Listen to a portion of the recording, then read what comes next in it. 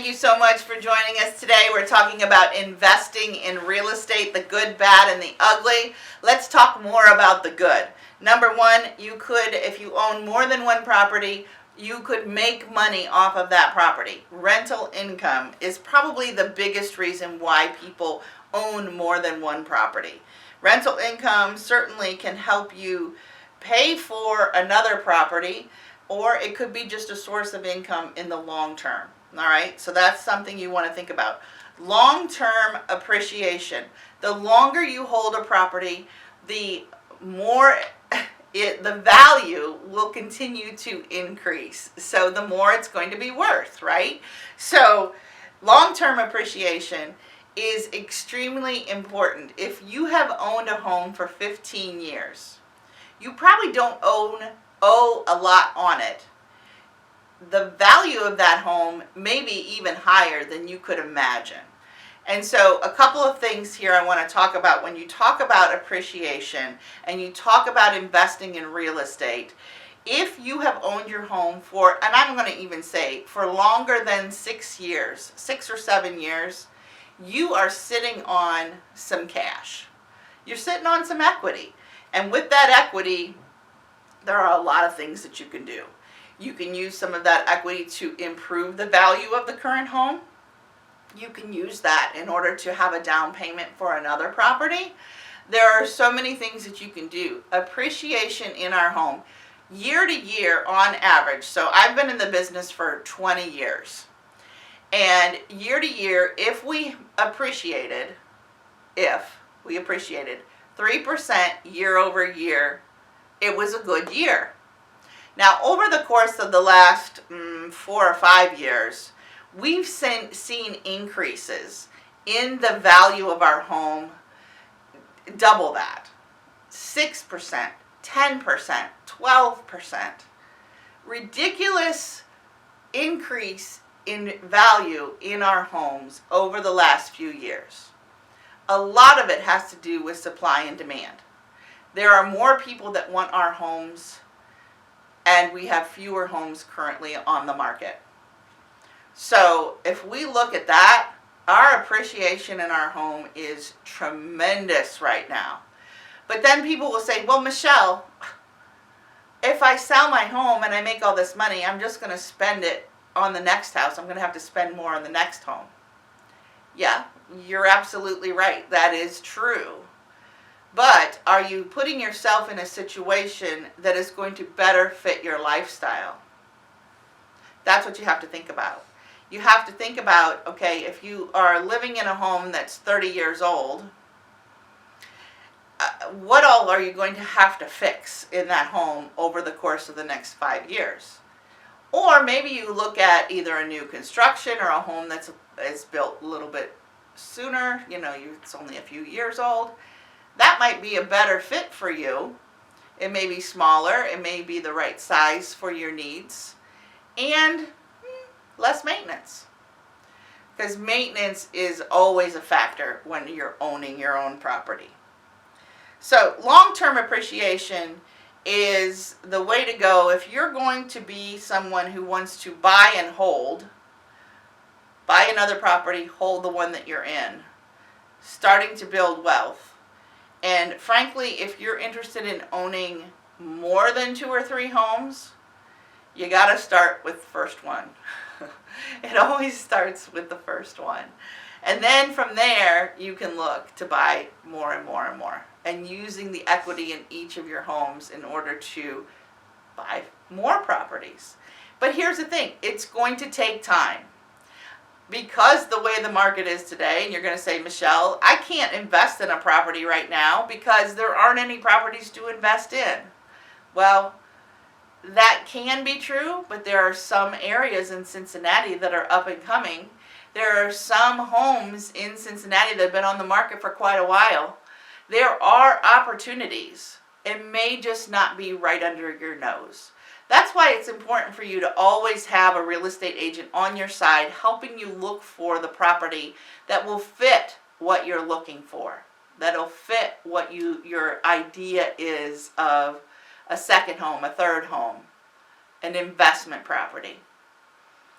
The next thing that is really important is the tax advantage. There's a tax advantage to owning more than one property. Yes, you're probably going to have to hire someone, because once you start making money on properties, you are going to have to file your taxes, and most likely those taxes are going to be a little bit higher. You also have to understand the area in which the second home is. The home that you're making money on.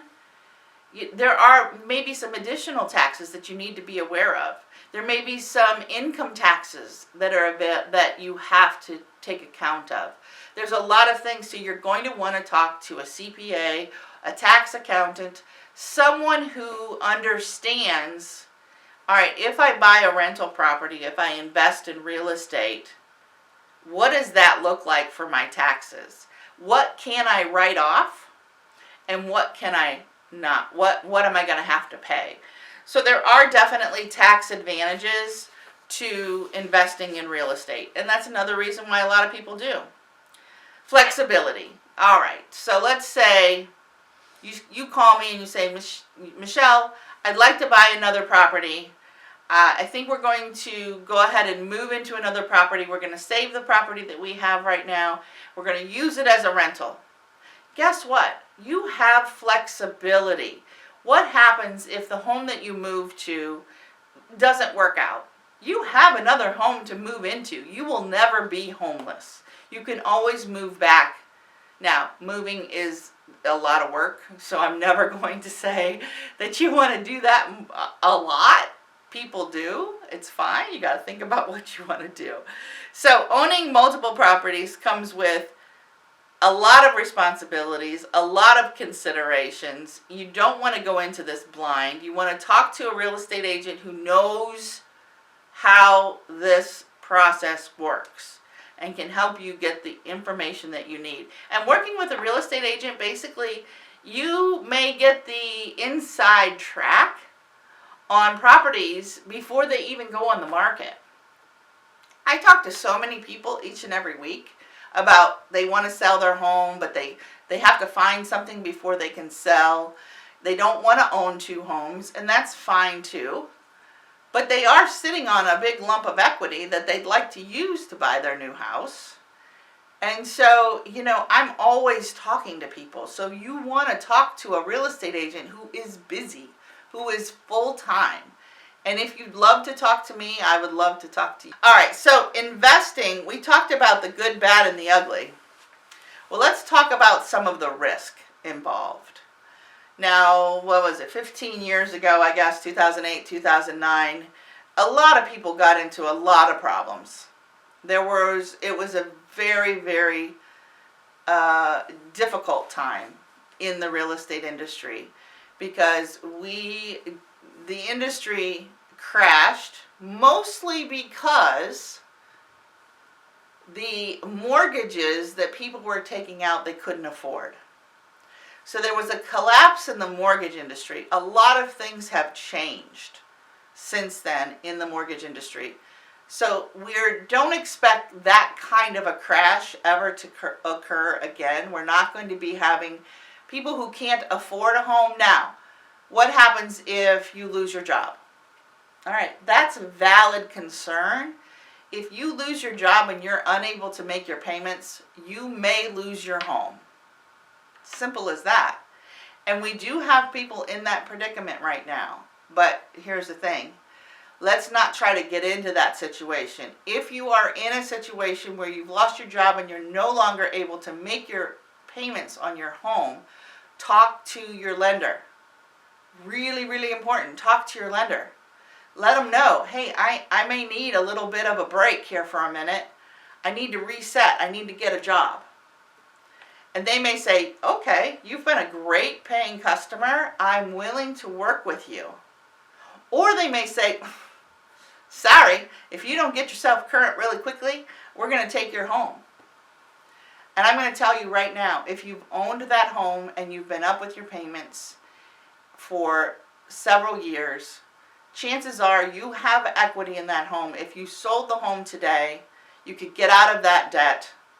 You could get out of that jam, and you can move on with your life without significant consequences. Because if a bank takes your home, your credit will be bad for a really long time.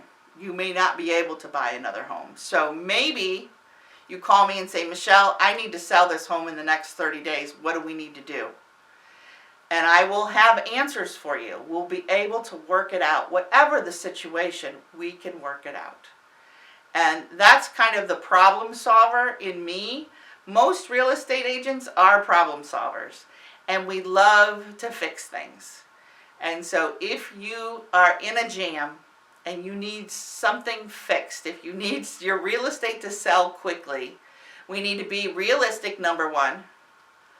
And I'm going to please ask that you listen to the advice that I give you, because it's not about what you need.